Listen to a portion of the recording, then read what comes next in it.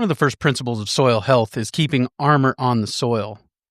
One of the problems with making hay is that it makes that difficult. Are we focused on short-term benefits, or are we focused on long-term benefits? If we're going to grow that cash crop year after year after year and export those nutrients, long-term, we're going to suffer from that. Today on the Working Cows podcast for episode 445, we're going to talk to Jeremy Sweeten and John Hayes about some of the ways that we can overcome those challenges by making sure that we are making progress with soil health on our hay ground as well. In our pastures, we will use haying as a disruption. That may mean that the year before we trample graze, do high density, very short duration, long skinny paddocks, knock down mature forage, put armor on that soil surface.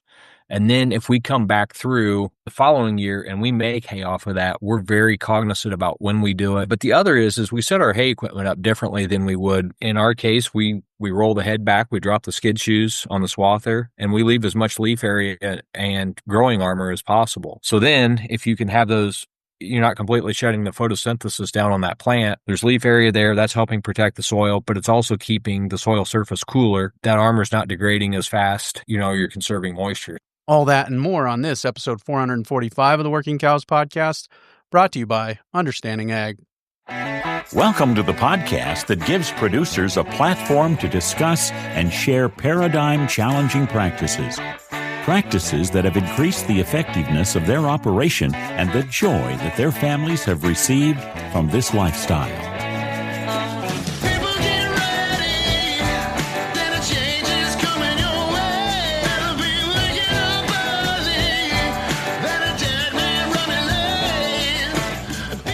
Hi, everybody. It's Clay Connery, host of the Working Cows podcast, recorded exclusively in the Understanding Ag studios. Very excited to be joined by a couple members of the team at Understanding Ag, Jeremy Sweeten and John Hayes, and we're going to talk to them today about the actual day-in, day-out practices of increasing soil health while having a hay-making enterprise on our ranch. Oftentimes we think of those two things as being at odds. We're going to talk about some of the ways that we can do it and increase soil health today with those two. But before we have that conversation, here's a word from our sponsor today, Understanding Ag. Are rising input costs keeping you up at night? At Understanding Ag, they help producers like you save money and build resilience through regenerative agriculture. Their team of experienced farmers and ranchers will show you how to reduce reliance on costly fertilizers, pesticides, and feed by working with nature, not against it. With proven regenerative practices, you can improve soil health, boost water retention, and increase your land's productivity while cutting expenses. From grazing plans to cover cropping to full system redesigns, they tailor solutions to your land and your goals. Let them help you make the transition from input-intensive, conventional, to profit-enhancing regenerative agriculture. Visit understandingag.com and take the first step toward a more profitable and sustainable future. John, Jeremy, thanks for joining me today on the Working Cows podcast. Welcome back. Thank you. Thanks, Clay. Pleasure to be here again. Yeah, always good to chat, and we're right in the thick of hay season. We drove past lots of balers and rakes and tractors. My wife and I took a quick trip to town today, and as we were coming home, and on both sides of that trip, just everybody's out making hay. And one of the problems, obviously, with that is we end up exporting nutrients off of that ground, and it starts to get a lot of bare ground in it and other things going on there. So what we're here to do today, as I understand it, is make the case for regenerative haymaking. So is it possible? That's the question we're going to start with, I guess. Yep, that's a great question, great place to start. As I was thinking about that in preparation for this podcast, it seems to me like the only way that we can be regenerative in haying is if we're still focused on promoting the 6-3-4, the 6 principles of soil health, 3 rules of adaptive stewardship, and the 4 that support the 4 ecosystem processes. So if we're doing that and moving in a positive direction, then I say yes, we can be regenerative in haying, but it is challenging. Yeah, absolutely. I think that one of the things that we get locked into when we start to any practice in agriculture is that we get locked into the routine. Like I just want to do the same thing on the same acres every year. And so we never think, should I do something other than make hay on these acres this year? Should I do something other than calve on these acres this year? And so part of that regenerative mindset, or one of the 3 rules of adaptive stewardship is disruption, right? We want to plan and be purposeful in disrupting and being adaptive in the way that we are managing those hay acres as well, right? Exactly. Yeah. And observation's obviously key. We talk about observation a lot, and in everything that we do and teach good understanding ag and trying to help people down the regenerative path. So we need to be observing, paying attention to what our ecosystem processes are doing. Are we having positive effects? Are we having negative effects? And, the only way that we're going to be regenerative is again, if we're focusing on driving those 4 ecosystem processes. And one of the keys to that, in my mind, is making sure that we're focused on promoting and building soil aggregation. And in order to do that, it's all about biology. We need to be making sure that we're stewarding that biology in the soil as we would in any other system, so that we're moving everything in a positive direction. And it's if we get into continuous haying systems, those end up simply just being mining and exporting endeavors where we're not doing anything regenerative. And I've been there in the past in my operation and recognized the negative effects that I was having. It took me a long time, but I recognized those and have had to pay a lot of remittance for those sins to try to recover and overcome all the negative things I'd done in the past.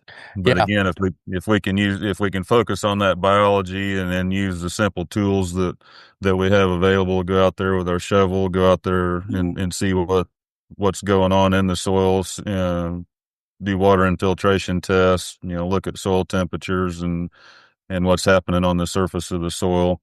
And I'm sure we're going to get into a lot more of that here in detail after a bit. But if we can keep all those things in mind, then yes, I say it's possible, but still challenging. Yeah.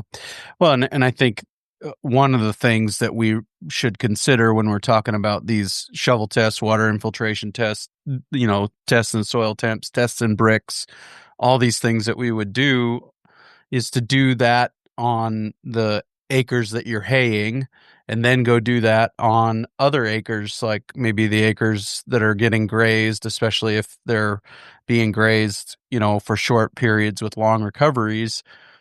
Go check those too and compare them and say, okay, the difference between these acres and those acres is these acres get hayed every year. Now, that's what's happening. We're less able to infiltrate water. We've got higher soil temps. It's killing the biology. Therefore, we can't aggregate the soil. Therefore, we can't infiltrate water or hold on to it, and then just get that mindset change, right? Jeremy, is that kind of how you would look at doing that? Yes, very much so. A couple things that come to mind on this. One is I agree with you completely on your opening statement about we get stuck in a rut. And the first principle of soil health is context. And I think sometimes when it comes to haymaking, it turns into concrete, meaning that people have to do it. And I don't think that necessarily, you need to look at your context harder than anything else. And that really could be subject to change. So don't let that context drive you forward of saying we have to do this. So we bought our farm in 2015. It had been a dairy up through 2000. The gentleman that owned it milked 80 cows and always chopped hay, made hay or chopped haylage off of the same fields. So 25 years later, you can dig down through our pasture and still see those areas where the soil's plated and compacted underneath aggregation from where that hay removal has happened, or that forage removal has happened for the last 50 years before that. So, we're seeing 75 years worth of history or more, and 50 of those were removal. And it's quite interesting to see, but it can change. So that's the cool part. Yeah, absolutely. And I think, you know, that context, there's just a series of questions that we have to ask ourselves, right? Uh, One of the key questions, why are we doing this? You know, why are we making hay? You know, is one of those questions. Why are we feeding hay? You know, we just need to be willing to ask some of those questions that maybe we get in those ruts and we don't ever even think to ask, right? Yeah, and when it Yeah. comes to why are we making hay, typically we're going to make hay for one of two reasons. We're either making it as a cash crop to sell it, or we're going to make it to store feed to feed our own livestock later on. So, again, like Jeremy says, we need to think about that context, and if we're using that as a cash crop, or are we focused on short term benefits, or are we focused on long term benefits? And if we're going to grow that cash crop year after year after year and export those nutrients long term, we're going to suffer from that. So it's important just to keep that in mind. And then on the feeding side of it, if we're harvesting it to feed our own animals, why do we need to do that?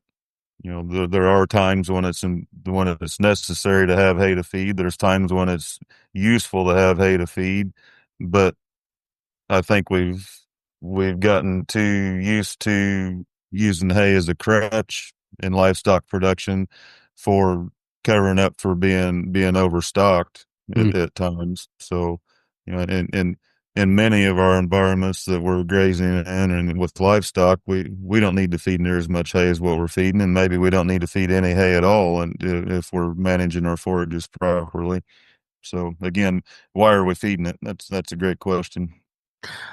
You know, and I've been thinking about this a lot lately.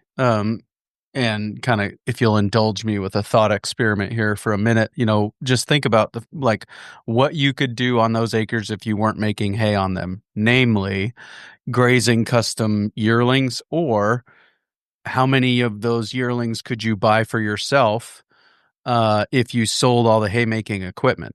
You know, I know that's a radical rip the band-aid off approach, but if you sold all the haymaking equipment, bought the yearlings, then you get to capture not only the solar energy and the money from that, but also you get to capture the appreciation and value of those yearlings during the time that you own them. And if you're taking the, you know, if you're taking the sell buy approach to that marketing, there's a lot of benefit there to be had.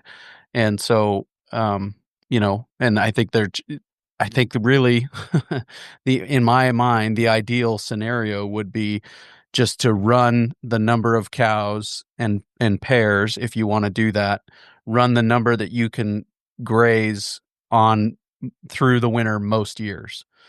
And then when you come into that growing season flush and you're not making hay on those acres anymore, add yearlings for, you know, just that growing season and maybe a little more on either side of it to make up the difference in the change in carrying capacity. Does that line up with kind of what you guys are thinking? Yeah. And Clay, actually, I would maybe even take that a step further with cows being so overvalued right now. Would this be the time, you know, if you're at the right point in life and you push a pencil, should you sell the cows and the equipment and just run stockers? Right. And then the need for hay is almost non-existent because your grazing clause can say whenever we run out of feed, the cattle go, or the stockers go. Mm-hmm. So, you know, that's taking it to a next level. I'm probably going to get hate mail over that, but you know, it's worth considering and putting a pencil to it. Yeah. Well, and just, I mean, think about the difference in lifestyle that would lend itself towards, you know, and you know, especially if you're getting on towards retirement age, quote unquote retirement age, whatever you want to call it. You know, then you work during the summer and you probably go visit somewhere warmer in the winter. You know, I mean, there's those options too. So it's context. It's not a bad thing to consider, right? Yeah. No, you guys are hitting on it, but knowing your costs are so important. We have that conversation over and over and over, but here again, we need to know what our costs are. What's it costing us to put that hay up ourselves, whether we're selling it or whether we're feeding it. And, what's the opportunity cost with the time that we're using spinning, baling hay and the capital that we have tied up in that equipment, which you were talking about a while ago, versus investing that in something that's going to appreciate, This i.e. is livestock versus the depreciating asset, which is the machinery. this is the this is why it's holistic management. This is why it's a mindset, because when you start to pull on one thing, you see it's connected to everything else. It's like, well, I have a tractor to feed hay, and if I'm going to feed hay and I have a tractor, I might as well make some hay. So then I have all this other equipment, and it just becomes this self-licking ice cream cone of I have to have this because I have that, and I have to feed the hay because we calve early, and we have to have our cows in a good enough body condition score at calving so that they'll breed back. And rather than calving in sync with nature, I choose to feed that fertility rather than just have cows that calve in sync with nature and are fertile themselves, right? Yep. So the next principle of soil health, at least one that gets talked about probably second after context in most of these conversations, is armor. And I actually think that's the biggest problem. One of the biggest problems with haymaking is when we moved here, there were places where you could throw my cowboy hat on the ground and not touch a plant. There was that much bare ground between plants, and so it was a very well used hayfield. And as we keep on exporting those nutrients, those plant spaces get bigger and bigger and bigger, and armor becomes a major problem, not having armor on the soil. So if we're going to continue to make hay, which is a question that we are asking already in the context section, but if we're going to continue to make hay, how do we go about keeping the armor on the soil? Well, I can tackle that one for a little bit here. I think hay could be part of a rotation. It does not have to be an every year process. And in our pastures, we will use haying as a disruption. And that may mean that the year before we trample graze, do high density, very short duration, long skinny paddocks, knock down mature forage, put armor on that soil surface. And then if we come back through the following year and we make hay off of that, we're very cognizant about when we do it, and that one is the ground's dry enough, which is not a Western problem generally, but here it can be. But the other is we set our hay equipment up differently than we would. The beauty of disc mowers is that you can shave with them, and they're intended, for mowing alfalfa very short. And in our case, we roll the head back, we drop the skid shoes on the swather, and we leave as much leaf area and growing armor as possible. So then if you can have those, you're not completely shutting the photosynthesis down on that plant. There's leaf area there that's helping protect the soil, but it's also keeping the soil surface cooler, and that armor is not degrading as fast, and you're conserving moisture. So just a few simple settings can change a lot of things. But another way to look at it is if you cut to the ground with a disc mower, like you would with a commercial alfalfa operation, you're cutting parts of the plant generally that your beef cows are going to sort out anyway. So why do you want those? And then the energy of that plant stored in the base of the plant. So you're knocking that off. So if you raise the cutting height, we're running 6 to 8 inches. And the regrowth on that is so much faster than if you have the cutting height at 3 or 4. It's double. And so what you're leaving in yield, you're gaining in regrowth. And so you're getting that soil armored as quickly as possible again. And then we're not coming back to that area and making hay until we deem that it's ready in 2, 3, 4 years later. I think another advantage of that, right, is you're cutting the most nutrient dense portion of the plant. The top third of that plant is the most nutrient dense portion. So you're actually making more nutrient dense hay. Am I right? I believe so. And we're starting to harvest for bricks content, especially for wet wrapping silage hay, and trying to capitalize on that. And then by rotating around to those paddocks that we've also grazed, the soil cycling the nutrients. And so we are able to capture bricks. I mean, there's a lot of hay fields where the bricks is 3, 4, 5, 6. It's all single digits. If we harvest that same forage as bale silage, from pasture paddocks, we've got double-digit bricks. So then that just makes putting gain on stalkers in the winter better, or maintaining it at least, and it's a net move forward. And more nutrient-dense feed, you feed less of it. And if you're haying for bricks content, you could also hay later in the day, right? Do your cutting later in the day. Does that actually work? That does work. And so kind of back to context, I still would argue that if you're going for dry hay, especially east of the Mississippi, that haymaking window is always a challenge, right, John? I mean, you make it pull your hair out in a humid environment. So I would capitalize on the sunlight first, but bricks would be a close second if you have the window. Sure. Yeah. Gotcha. Yeah, we don't really have trouble drying hay in this part of the world. Let's take a quick break and hear a word from our sponsor today, Understanding Ag. As farmers and ranchers, we've all heard pitches from ag consultants about the next great new product that will increase our yields, pounds, or animal performance. And each of those silver bullets comes with a price tag that you pay year after year, taking more money out of your pockets and putting it into someone else's. Our friends at Understanding Ag aren't out to sell you anything, but the knowledge to grow healthier soils, plants, animals, and profits. Their goal is to help you become your own best manager, a short-term client, but a long-term friend and partner on the road to regeneration. If you're still waiting for that next year that's going to be better, maybe it's time you give Understanding Ag a call. Check them out at understandingag.com. I know you'll be glad you did. The other thing that comes into play with talking about armor and sort of even leading into this to disturbance is when we're going out there prior to making this cut in the hay. What do we have out there? We have typically this big lush stand of forage, and when you look down through there and look at the soil surface, you have a real nice, cool microclimate there where there's all kinds of life, all kinds of biological activity going on.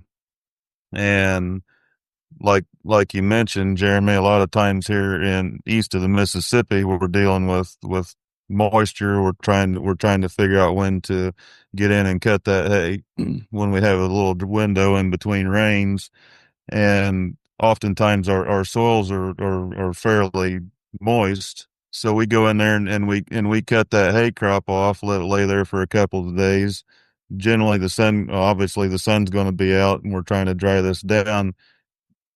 What happens to soil temperatures? What happens to that microclimate on the surface of the soil there that was once conducive to biological activity? All of a sudden we just shut that system down. The soil surface temperature goes up because the sun's shining directly on that bare soil, and we shut all that microbial activity down. And if we don't have any aggregation there, or very little aggregation there, we're just turning that soil into concrete. And then we have all these negative compounding and cascading effects that we have to deal with for years after one of those type of events. Yeah, so I think that on both of these points, armor and disturbance, a couple of things. First of all, you don't have to make hay on every acre that you can make hay on every year.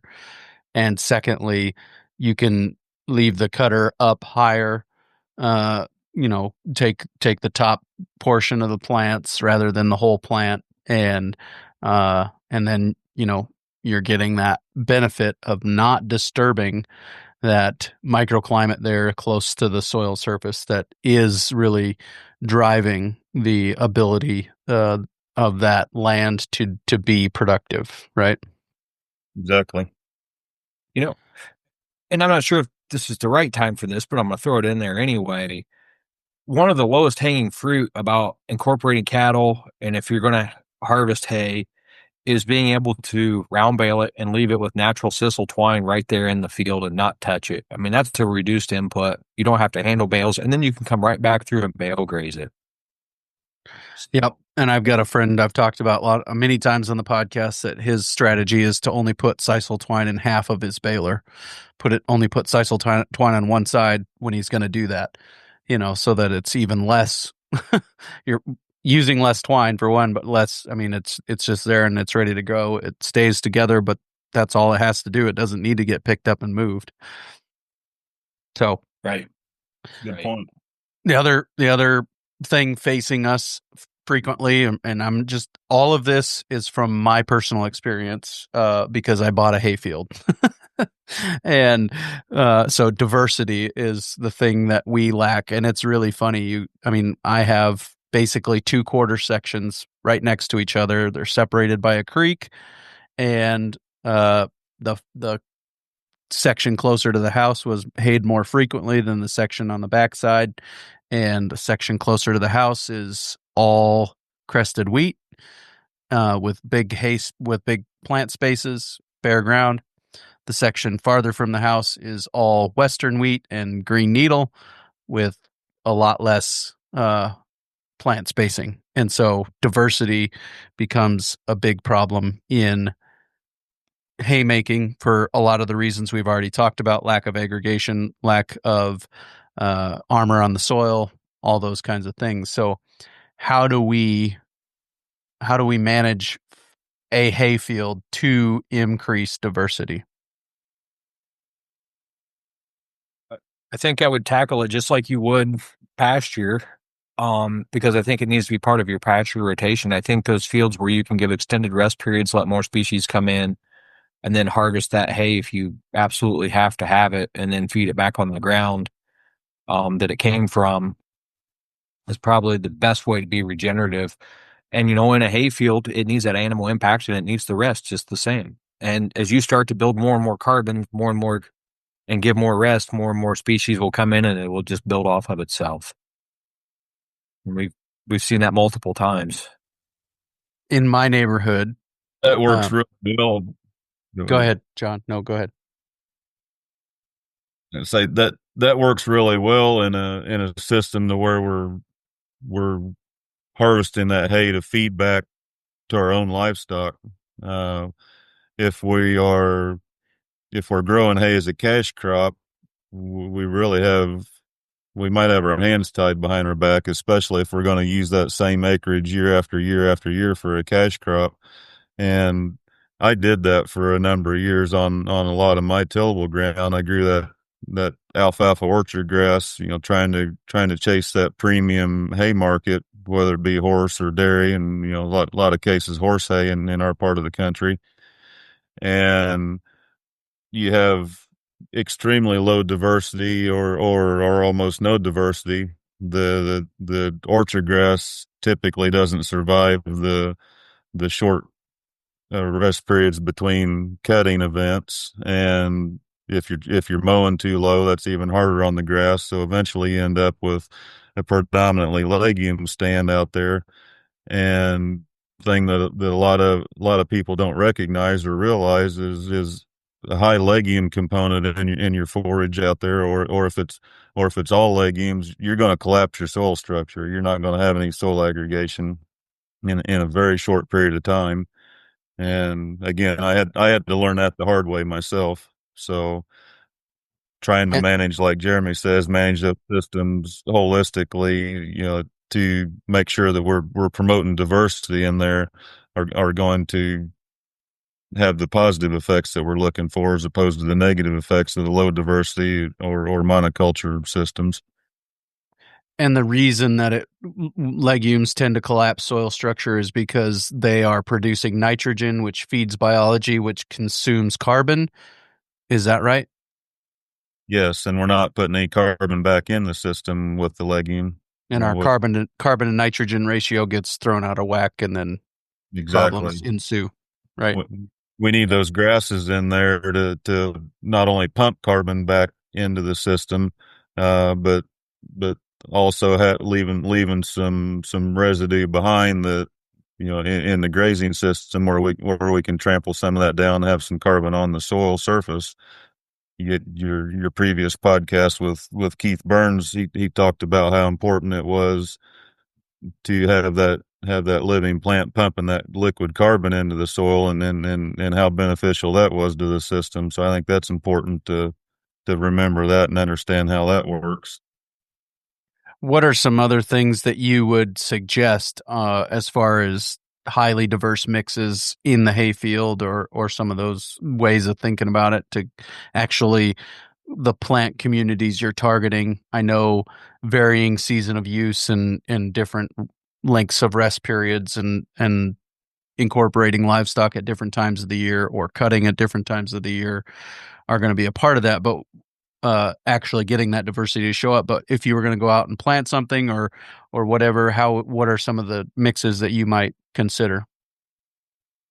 I think it's back to context and what your end use is. But, since we're talking beef cattle right now, I think a very diverse grass mix of some sort. If you're going to spend money on seed, don't just plant alfalfa orchard grass or alfalfa timothy or alfalfa tall fescue.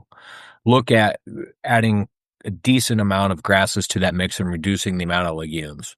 So because, people's concern or two things. One is they're always looking for more protein in their feed. But if you look at the manure, the cattle generally don't need it, especially high legume content hay. But the other thing is that the general thought process in the conventional world is that you need that much legume to produce nitrogen to feed that grass crop. And that just simply, that myth can go away, because if you build aggregation and have the soil cycling nutrients, that mycorrhizal fungi is feeding that grass nitrogen. So you can cut back to 10 or 20% legume in that hay mix. And if you look, a lot of times the legume seeds are the most expensive part of the mix. So, that's some thoughts on that. So, yep. And just to add to that, if the more the diversity we have in there, the more nutrient cycling we're going to have, and that's going to not only feed that system, but look what it's going to do to our plant nutrient density and phytonutrient richness. We've probably locked ourselves into a mindset or a paradigm that the is this beautiful alfalfa grass mix, and it's not. Our animals would do much better on a much more diverse system that has a wide variety of plants in there that are cycling different nutrients, and we're just going to have so much better animal health and so much better performance if we change our thought process of what is good quality hay. Yeah. Well, Clay, so part of my context is I love making hay, right? And Gabe's going to fire me for this. He probably should. But as I've gone down the regenerative path, it's been interesting because I farm with two brothers that have a significant amount of land that they have no family that wants to farm. But they're so close to retirement that they don't want to change making hay. But what's interesting is they have so much ground that as we rotate through making hay, there's fields that don't get harvested every year because we run out of storage. And I know that's not every place in the world, right? But the species diversity that shows up in those fields with a year rest is really interesting. And because we're so far north, we're only taking one harvest a year. And, we'll get anywhere from 6 inches to 18 inches of regrowth. And then the snow knocks all that regrowth back to the ground. And so a lot of our hayfields have good armor on them, and they're rotated through just because of what we're doing. They're rotated through rest periods. And, we have 8, 10, 12 different species that are just naturally occurring in those hayfields. And if you stick a shovel in the ground, there's decent aggregation there. So it's kind of a weird conundrum to be in, but what we're lacking is the animal impact in those systems. So at some point when these fellows retire, my hay equipment will go down the road and we'll start grazing those fields and get that livestock impact on there. And I think they'll take off and really, really start aggregating soil again. So in my neighborhood, go ahead, John. To add to that, Jeremy, if you were trying to take 2 or 3 cuttings a year off of this, you wouldn't be creating an environment that would promote diversity. It's going to promote just the opposite. So, when we're trying to cut alfalfa and make high quality dairy hay, so to speak, on a 28 to 30 day rotation, there's no way you're going to have diversity in a system like that. It simply can't be done. John, that was a previous part of my life is dairy hay and horse hay and lots of alfalfa, and I don't miss any of that. So, yeah, for sure. And we're touching on the livestock integration piece of this. And in my neighborhood, most of the livestock does get integrated onto the hay ground. It just happens to be in the dormant season. Sometimes it's graze until there's nothing out there. Let them pick through it until there's nothing out there. And then we start to feed on it. But generally, we feed in the same place every year. So let's talk about maybe some different ways to think about making the livestock integration beneficial on those hay acres. What comes to mind is grazing that during the growing season and pulsing that through just the same as you would with any of your other adaptive grazing practices. Another thing that really comes to mind that works well in hay fields is to unroll bales out there and bale graze in the winter. So it's very limited residue, but you're getting manure and urine animal impact out there. And so you can move that around the farm as well, because it's hard to impact a large area bale grazing unless you just have piles and piles of cattle. But it still can be a step towards that. So between rest and bale grazing and then pulsing hay through, you can do a lot more than taking 2 or 3 cuts a year. Yeah. You cannot beat the economics of bale grazing from a cattle feeding perspective. And you can't beat the improvement of the soil of bale grazing from a cattle feeding perspective. But it may be a slower process to improve that land. One, from the amount of residue that's left behind, it takes a couple of years for that to get as good as it can be. So sometimes in the first year, the best way to improve ground is to unroll the hay. Would you guys agree with that? Yeah, and in a haying system, I would certainly lean towards unrolling hay versus intact bale grazing. It's such a major disruption with intact bale grazing that one, you're gonna change your plant species diversity out there drastically by doing that. You're gonna need a lot of time for recovery and rest, and there's gonna be a lot of biomass or carbon left behind on top of the soil. And if you're trying to drag a hay mower through that, it especially a sickle mower, it could be really challenging. So yeah, unrolling hay is going to be my preferred option if I intend to hay that piece of ground later on.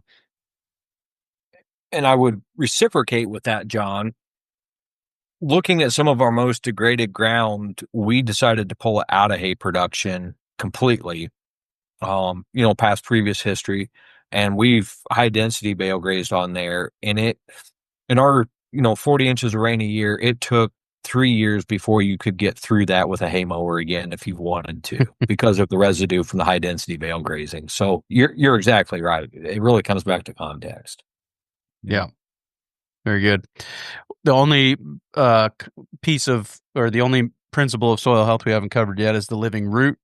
What do you say to that with regard to haymaking? To me, that's the easiest box to check on the list as far as the 6 principles, because yes, in a perennial haying system or in a perennial system, if we're haying off of it, yes, we do have a living root year round. The key is to have diverse living roots, so we're taking advantage of all that plant diversity and all the nutrient cycling that those different plants are doing. But yeah, the living roots sort of the no-brainer in the system. Yeah, certainly. Let's talk about the 3 rules of adaptive stewardship. How would you think about that from the hay making perspective? When I think about hay, I automatically think about those negative compounding cascading effects rather than positive. The only positive thing about hay is when you're buying it, bringing it in, and feeding your animals, and the net import of nutrients and especially carbon. I think done correctly, though, you can use hay as a disruption. And maybe we need to dive into this further in a separate part of this podcast, but that doesn't necessarily mean you're making it yourself. Maybe that's a custom hire job rather than you owning the equipment. Yeah, I just went and bought another load of hay to feed the family milk cow and a couple horses that we're trying to keep closer so we can work with them more consistently. And, you know, yeah, it's not fun to write a check for hay, but man, I cannot figure out how I would make it any cheaper than I can buy it, because I'm starting from zero. And so even if I went to the farm sales and I bought the old tractor and it wasn't green, so it was cheaper, and I was actually skilled enough to work on the tractor myself and keep it running, which I'm not, man, I just don't know how long it would take me to recoup how before I was making money at making my own hay versus buying it, not to mention all of the other things, the ancillary things, the opportunity costs and the time of making the hay and all those things we talked about already. It just I just can't understand how to make that work in my head. It's been said many, many times on this podcast that if you have less than 200 cows, you can't afford to make your own hay. You can't afford to own that equipment. And that I believe that's exactly true. Jeremy sees it in his environment. I see it in my environment where if we know what our true cost of owning that hay equipment and the time involved in putting that hay up, we can go out and buy hay a lot cheaper than we can put it up. And then, like Jeremy was getting ready to talk about, look at the other benefits, the positive compounding and cascading effects of bringing nutrients into your operation instead of exporting those somewhere else. Well, right before I told you guys this before we started recording, but as I was walking in the house, the hay truck was leaving from delivered hay that I bought, and the swather's sitting in front of the shop with the hood up on the head, getting ready to change a bunch of bearings and different parts. And by the time I'm done fixing the swather, I'll have more money to get it rolling than I will in that load of hay. So, and it's just, my son ran the swather last year. I'm like, dude, did it make the noise last year when you parked it? And he's like, no, Dad, it didn't. So apparently it rotted down over winter sitting inside. You have mice that eat bearings in your shop. Apparently. But, that just drives home the point. I cannot wait to get rid of this hay equipment and turn that money into more farm ground, pay off debt, whatever. So you really need to look at those opportunity cost of the money that you have in the hay equipment, what your opportunity cost for time is, the true value of the fertility and the carbon and the nutrients you're bringing back on the farm.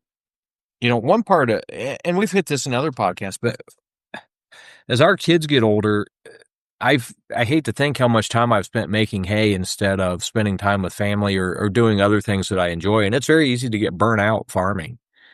And this stuff will eat you alive. And yeah, you don't want to write the check for the hay, but look, you're buying your time back. Mm-hmm. Well, and yeah, you don't want to write the check for the hay, but there's a lot of checks that you don't write, but you're actually, like you said, it's actually money leaving or time or whatever it is. There are these trades that are happening that you don't see. The classic example is cow depreciation. You never write a check for that, but it happens.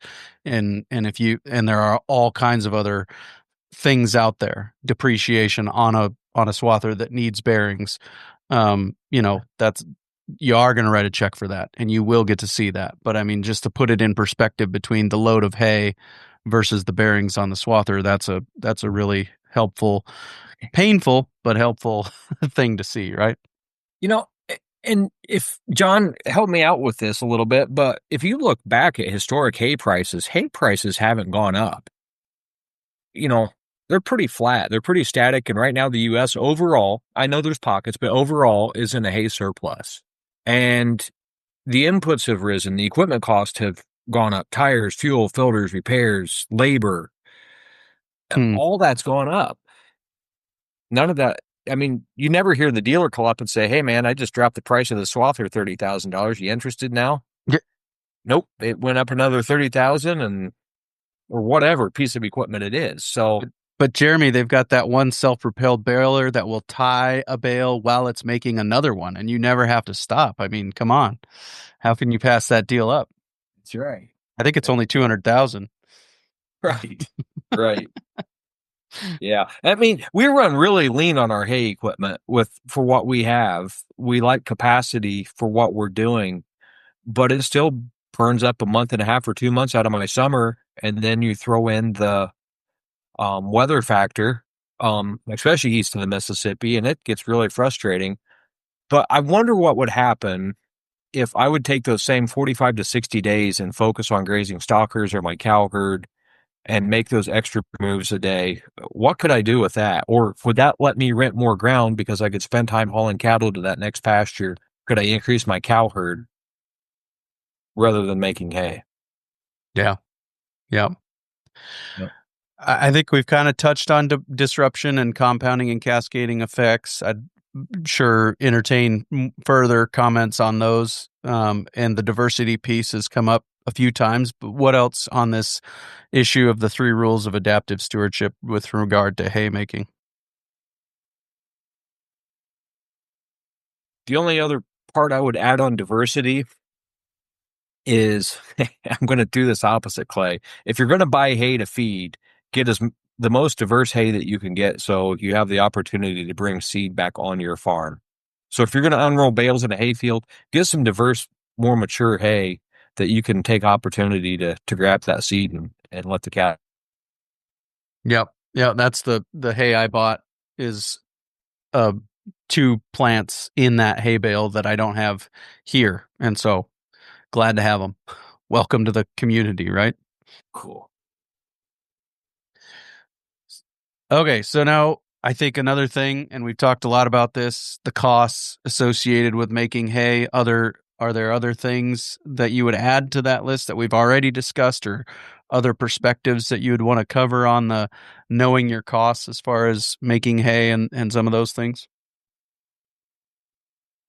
So I was thinking about this podcast a little bit as in preparing for it, and coming from an ag systems management background through college and different things, we talked a lot about custom rates. And if you talk to guys when they're figuring out what their cost of production are, the fallback is to always go to custom rates. And well, it's $18 an acre for mowing, so that's what I'm going to charge myself for my cost of production. But I think you actually need to dive into those true equipment costs, because if you have a $200,000 tractor pulling a $75,000 mower and a $60,000 baler, I'm just throwing numbers out here, but your cost of production is going to be way higher than what the custom rate is because you don't have those acres to depreciate it out across. Yeah. So keep that in mind and do a true cost of production. And, that's something we can help you with, or anybody with a good financial or ag finance background can help you with as well. But Burke Teichert will talk about reducing overheads to be profitable in a cattle operation. And that's really, really important. Yep. Reducing overheads from Burke Teichert's perspective to the point that you have one pickup and horse trailer and 1 man per 800 cows, right? I mean, there's probably still more room, even if you're low overhead, there's probably still more room to cut overheads, right?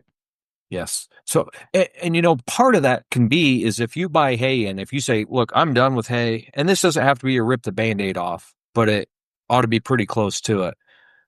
Set it up so you get the hay delivered, park it in the field where you're going to feed it, unload it, handle it one time and be done. Yeah. Don't move it, unload it, move it, replace it in the field.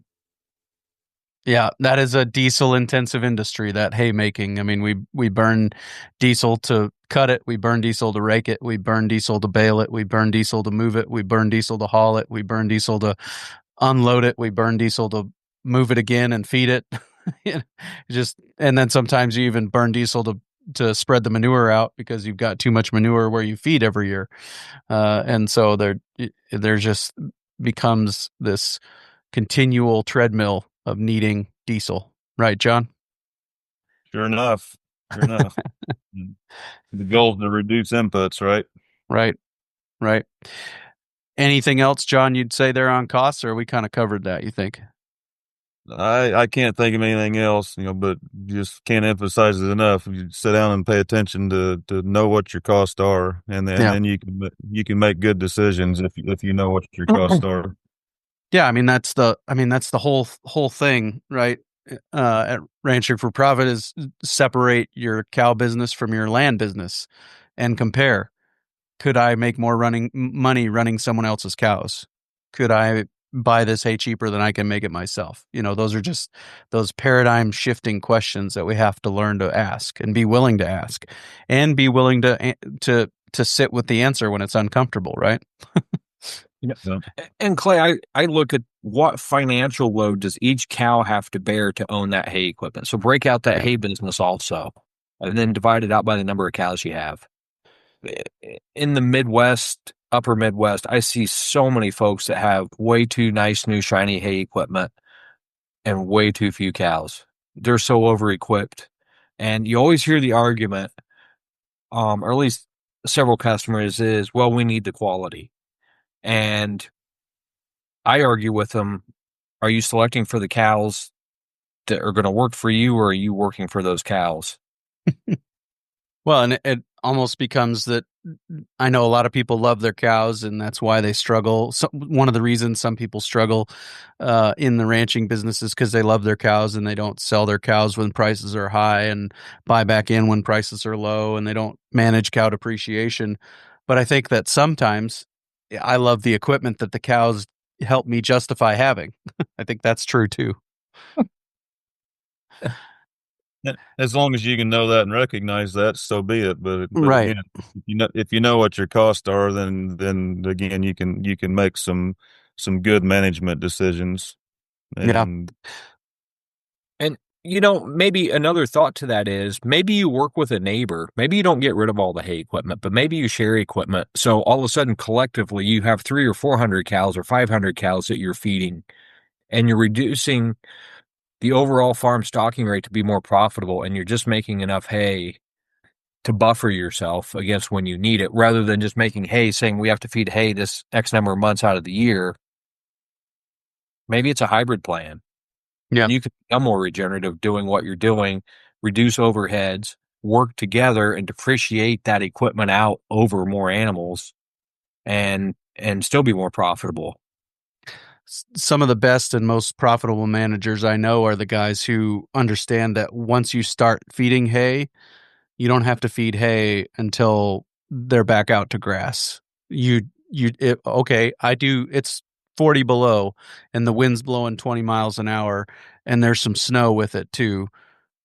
I should probably go out and feed some hay to those cows, right? They need hay. They need some energy. They need to be able to get in behind protection. They need something out there to help them, right? Mm-hmm. But that doesn't mean that you have to feed hay every day from here till May 20th after the branding's over and you ship to grass. You can figure out a way to, or that's just a contingency plan. We brought them in, we fed them hay when they needed it. Now they're back out and they're back to work. Yep. It's always good to have 2-3 contingency plans in the background. As we cut hay out of our operation, snow depth is still our determining factor, which is different than a lot of parts of the world. I don't necessarily have hay bought, but I know where I can go buy it if I need it. And, if we have a drought, I never have the intention of trying to feed our way out of a drought. It's pay attention, be observant, destock, rent more ground for grazing, something, and do that. So, there's the balancing act. I'd like to, as we, kind of transition here, I'd like to talk a little bit more about some tips, some practical ideas for ways to approach this. And we've talked about a couple already, even the sisal twine and mowing for bricks content and some of those things. But what are some other tips that you would give with regard to just being practical about how to actually make hay regeneratively? One of the things that I think's maybe often overlooked is we look at a hay stand as having a lifespan. Oftentimes here in the Midwest, it's 3 to 5 years and it's played out, and you have to start over again. You have to rotate it out into a different crop, and if you want hay, go back into hay. And you mentioned on your own ranch when you first moved there, you could throw your hat down on the ground and not hit a plant. So the plant density was thin, the stand was wore out. One of the easiest ways either to manage for that not to happen or to begin to reverse that situation, is take advantage of the plants that are growing and let them reseed themselves. If we're always cutting this hay in a vegetative state and where it's never going reproductive, one, we're gonna lower plant diversity by doing that, and two, we're not going to replenish the stand. So you can easily fill in a thin hay stand or prevent a hay stand from thinning just by letting it go to seed, whether it's the grass or whether it's the clover, whatever's in there that you're trying to replenish. Let that go to seed, and it'll reseed itself, and we're not here having to incur that expense of buying seed. Yeah, for sure. And I think that one of the things I hear frequently from the Understanding Ag crew is that the majority, like the high majority, something like all of the ranches they consult on are overstocked, right? Too. So there's opportunities to maybe fix your being overstocked and go buy some hay with some of that, right? Yep. Yes, exactly. And, you know, from the folks that I deal with and know, there's pride in how many animals that they have on their property, whether ranch, farm, whatever. And that's kind of like the corn guys bragging about their high yields. Balance the bragging rates out with the net profit. So look, don't worry that you have X number of cows. Worry about what your profit per acre is. Yeah, absolutely. And I think another big thing always is, for me especially, I get to looking at this and it's, oh man, it's crested wheat and it's solid crested wheat and it's hardly anything else, and it's crested wheat and bare ground, and always just being focused on, we got to manage for what we want, not try to fight against what we don't, right? Exactly. Yes. Completely Yep. agree. That's hard to get into that mindset, but once you get there, life's so much easier. Yeah, for sure.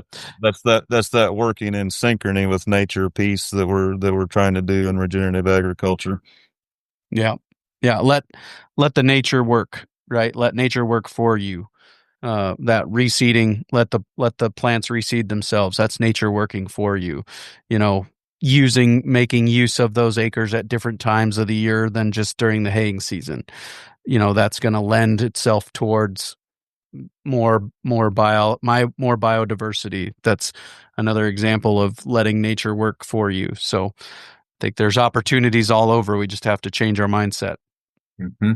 And we've talked in previous podcasts about this, but I'm going to mention it again, is stockpiling. That's an important part of this whole system. And if you're overstocked, you're not going to see residue in your pastures or your hay fields ever. And incorporating stockpiling can really help turn that profit center with cattle. So, yeah. And with stockpiling, do you feel like it needs to be grazed at least once, or is it something that you can just stay off of it during the growing season and then use it in the winter? I think it depends on context, growing season, all that. We've got some ground we'll graze once and stockpile, and we may not graze it till spring. We've got ground that sits for a year, and we come in and graze it in the winter. It just depends. You'll find a system that works for you, but you got to start doing it at some point. And to get to that point, though, you have to destock enough or have a low enough farm stocking rate to be able to grow the forage to let it sit to stockpile. Yeah. Another key point I'll add on stockpiling is we need to understand the longevity of the forages that we're stockpiling. In other words, alfalfa and orchard grass aren't going to stockpile very well. Once the growing season's over, once that's dormant, you have a very short time before that forage just disappears if you've stockpiled it. So I'm not saying don't stockpile those things, but just understand that if you're going to stockpile that type of forage, you need to be out there grazing it when it's still available and still has some value to it before it just completely melts away on you. And then there's other forages that you can stockpile through the winter and they'll still be there come springtime, but graze your stockpile according to how it's going to hold up for you. Yep. Yep. And a note I would add to that, John, is the higher the bricks, the better it stores. The longer into the fall and winter you can get with. So that's an important thing to check in the fall as those plants are getting either froze or go dormant. So look at the bricks content. Yeah. And what would be, do you have ranges, Jeremy, on what some of those bricks contents might be in the fall? The higher the better. Okay. All right. So if you can stockpile feed that has double digits, it's going to be good feed, way better than single digit stuff. And Sure. and what we see are, hay fields, like I mentioned earlier, if you're going to stockpile some of those to graze in the fall, those are going to be lower bricks. So those are going to be the ones, like John said, that you want to graze first. Right. It's going to be the pastures that are in the rotation with the hay that are going to have the higher bricks. Yeah. Can each of you kind of take a stab at summarizing some key points as you see them, as just kind of as we point towards wrapping up here? Sure. Like we opened up with, I think that haying can be part of a regenerative system as long as we understand the 634 and how to properly apply that. So we can have healthy forage stands, and that can include haying if we'll follow the principles that allow soil to function and the ecosystem processes to function as they should. We need to know our cost. We need to have good records. Let's make sure we're not trying to outproduce our environment, whether that be with forage production or with livestock production. It comes back to stocking rates and carrying capacity on the livestock side, but and on the forage side, we oftentimes try to push things too hard. So let's make sure we're not trying to outproduce our environment. Yeah, mowing down too low is one example of that, right? Yes. Yeah. Can you talk to me about maybe some guidelines for determining a stocking rate? We've said it many times when we're talking to Understanding Ag that most of the ranches are overstocked. 90 to 95%, I think, is the number that gets thrown out there, which to me is basically all. Can you talk to me about maybe some formulas for determining stocking rate? Yeah, figure what your carrying capacity is going to be in your driest year, and stock for that. And in order to do that, you have to have some records. You need to know what you need to know, and it's pretty easy in a haying system to know what your yield or your production is. You can count the bales, you know what they weigh, and you can still use that if you're moving to a grazing system or in a grazing system. You can use that to help to determine what your carrying capacity is.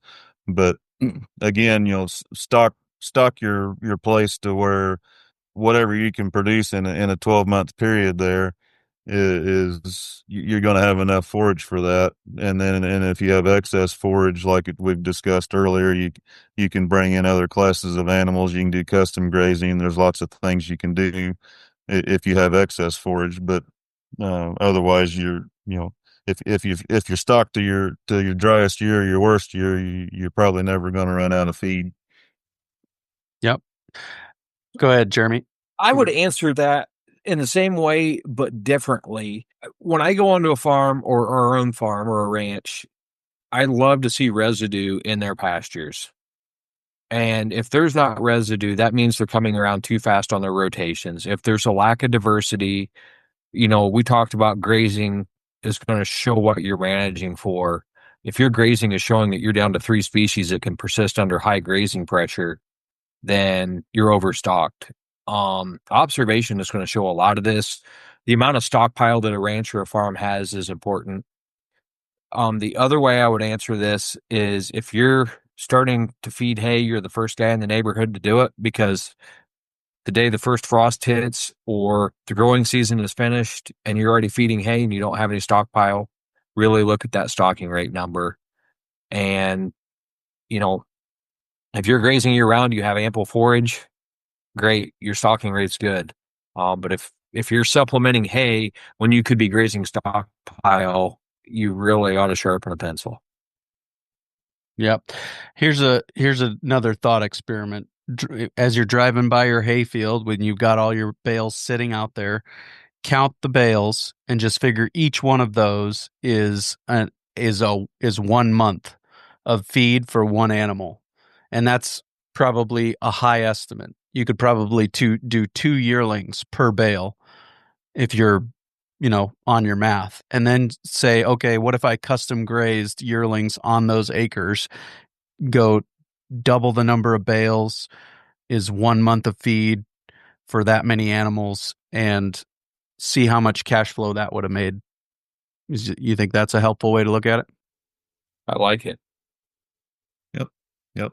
I think it might help change their perspective, and then cash flow tends to be one of the more difficult things to manage in a agricultural enterprise, and that would be a way to help it, right?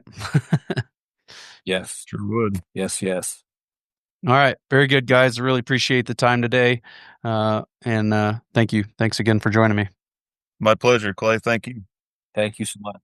Very good stuff there with John and Jeremy. Really appreciate them sharing their perspective and some of the practices that they've used over the years on their own operations to make hay while regenerating their landscapes. So looking forward to next week on the Working Cows podcast. We'll be talking to Ty DeCordova. He is one of the people there behind Live Ag, and they're doing all kinds of great things in the marketing world, helping ranchers and farmers market their livestock products all over the country through video auctions and different kinds of marketing strategies. So looking forward to that conversation with Ty coming your way real soon on another episode of the Working Cows podcast. We'll see you then. We invite you to visit workingcows.net to subscribe to the show via iTunes or Stitcher. You'll also find detailed show notes pages, resources from our guests, and the industry leaders who have influenced them. For more ideas on putting your cows to work for you in a more profitable way, tune in next week.